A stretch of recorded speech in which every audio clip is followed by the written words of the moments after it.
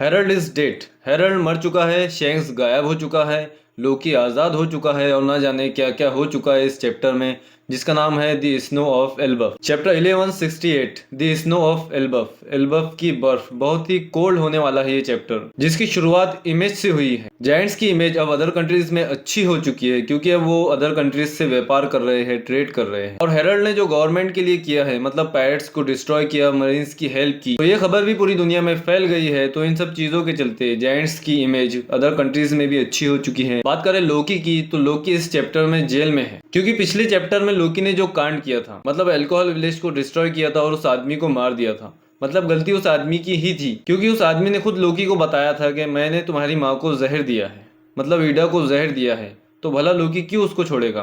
तो लोकी ने उसको मार दिया और उसके विलेज को भी डिस्ट्रॉय कर दिया, और इस जुर्म के लिए लोकी को अंडरवर्ल्ड में भेजा गया है, यानी डिटेंशन सेंटर में। नेक्स्ट पैनल है ईडा और हेरल्ड के बारे में। तो हेरल्ड अपने आखिरी मिशन से वापस आ चुका है और ईडा और हेरल्ड उसके बार में बैठे हैं, और ईडा कह रही है कि तुम्हारे जो वर्ड्स है उनसे मुझे राहत मिल रही है, मतलब रोमांटिक डिस्कशन चल रहा है दोनों के बीच। फिर ईडा हेरल्ड से पूछती है कि अब हमारा एल्बफ भी दुनिया के साथ एक हो जाएगा क्या, अब हमें भी दुनिया में जगह मिलेंगी जैसे अदर ह्यूमंस रहते हैं। और ये सुनकर हेरल्ड कहता है कि दैट्स राइट ईडा, बिल्कुल, अब एल्बफ भी दुनिया के साथ एक हो जाए, दुनिया से जुड़ जाएगा और हम एक बार फिर से एडवेंचर पे जा सकेंगे। फिर ईडा कहती है फैंटास्टिक, मुझसे तो इंतजार ही नहीं हो रहा है। फिर हेरल्ड भी कहता है कि ना ही मुझसे इंतजार हो रहा है, और यहाँ पर एक रोमांटिक सीन दिखाया गया है। तो इस सीन में ईडा अपना हाथ हेरल्ड की तरफ बढ़ाती है और हेरल्ड भी अपना हाथ ईडा की तरफ बढ़ाता है, और दोनों के हाथ टच होने से पहले ही ईडा की सांसें रुक जाती है और ईडा की कहानी यहीं खत्म हो जाती है। भाई अच्छा खासा रोमांटिक सीन था, पर नहीं बना, पूरा नहीं हुआ।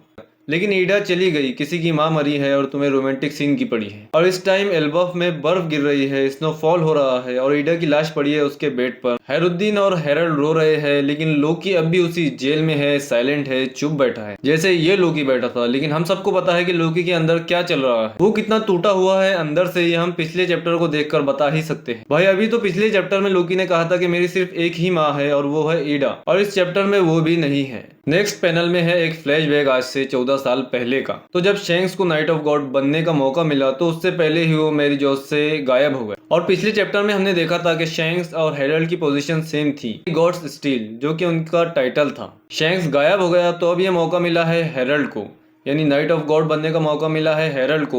और वह हेरल्ड और 5 एल्डर्स मिलकर एम्प्टी थ्रोन वाले रूम में गए हैं, जहाँ कोई नहीं बैठता, और जहाँ पर हमारा साबो भी जा चुका है, और जहाँ किंग कोबरा का मर्डर हुआ था। तो ये लोग हेरल्ड और 5 एल्डर्स एम्प्टी थ्रोन वाले रूम में पहुंच चुके हैं, और हम सबको पता है कि वो थ्रोन एम्प्टी नहीं है, उस पर इमो सामा बैठती है। और यहाँ आकर हेरल्ड कहता है कि एक बार एल्बफ वर्ल्ड गवर्नमेंट का हिस्सा बन जाए, फिर मैं संन्यास ले लूंगा, अपना एक क्राउन एक नौजवान जायंट को दे दूंगा। लेकिन एक आवाज आती है, that is something you decide. तो फाइनली ईमू ने हेरल्ड से बात की है, और ईमू का कहना है कि एल्बफ का नेक्स्ट किंग कौन बनेगा ये तुम नहीं डिसाइड कर सकते, ये डिसाइड करेगी ईमू। मैंने तो पिछले चैप्टर में भी कहा था कि हेरल्ड को कुत्ता बनाकर रखा है इन लोगों ने। और भाई हेरल्ड ये आवाज सुनकर शॉक हो गया है कि ये आवाज तो एम्प्टी थ्रोन से आ रही है, और उस एम्प्टी थ्रोन पर बैठने का हक किसी को नहीं है। और ईमू हेरल्ड को अपने करीब बुलाती है, और फिर एक चीखने की आवाज आती है, हेरल्ड की आवाज है ये। और यहाँ पर ईमू ने हेरल्ड के साथ एक कॉन्ट्रैक्ट बना लिया है, जैसे क्लिंगम के साथ भी है, डीप सी कॉन्ट्रैक्ट, जिसका मतलब है ईमू हेरल्ड को कभी भी कहीं भी कंट्रोल कर सकती है। और भाई हेरल्ड ने पिछले 2 चैप्टर पहले कहा था कि मुझे अपना स्लेव ही बना लो, तो लो भाई हेरल्ड बन गया उनका स्लेव, और ईमू ने तो उसकी चीखें तक निकाल दी। ईमू की ये पावर हेरल्ड अपने अंदर महसूस कर सकता है, बल्कि हेरल्ड ईमू से खुद कह रहा है कि आई कैन फील इट। और फिर ईमू कहती है कि आज से तुम ईमू के सर्वेंट हो, और आज से तुम नाइट ऑफ इमोर्टैलिटी बन गए हो। लेकिन हेरल्ड कहता है कि इमोर्टैलिटी ये तो मेरे लिए एक सपने जैसा है। फिर ईमू कहती है कि तुम्हें एल्बफ में एक एबिस मार्क बनाना होगा, और ये हमारे बॉन्ड के बीच की कंडीशन है, तभी दुनिया तुम्हें एक्सेप्ट करेगी, एल्बफ को एक्सेप्ट करेगी। और फिर नेक्स्ट पैनल में दिखाया गया है कि हेरल्ड अपनी शिप से वापस जाता है एल्बफ में,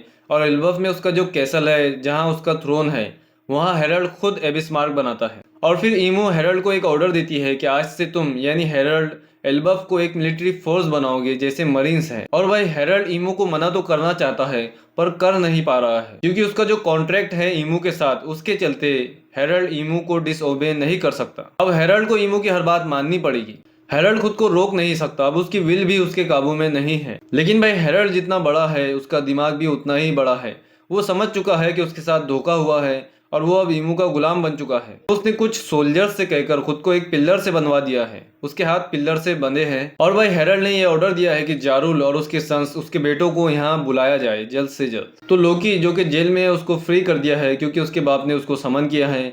और हैरुद्दीन वो अभी नहीं आ सकता क्योंकि वो अभी समंदर में है, सफर के मजे ले रहा है। और भाई नेक्स्ट पैनल और आखिरी पैनल में हेरल्ड की फोटो है जिसमें वो अपनी स्वॉर्ड को होल्ड किए हुए बैठा है अपने थ्रोन पर। और भाई नरेटर कह रहा है कि उस दिन एल्बफ के कैसल में एक मास स्लॉटर हुआ जिसके चलते एल्बफ के किंग हेरल्ड को अपनी जान गंवानी पड़ी। तो भाई वीडियो को लाइक कर देना, चैनल को सब्सक्राइब कर देना। मिलते हैं नेक्स्ट वीडियो में।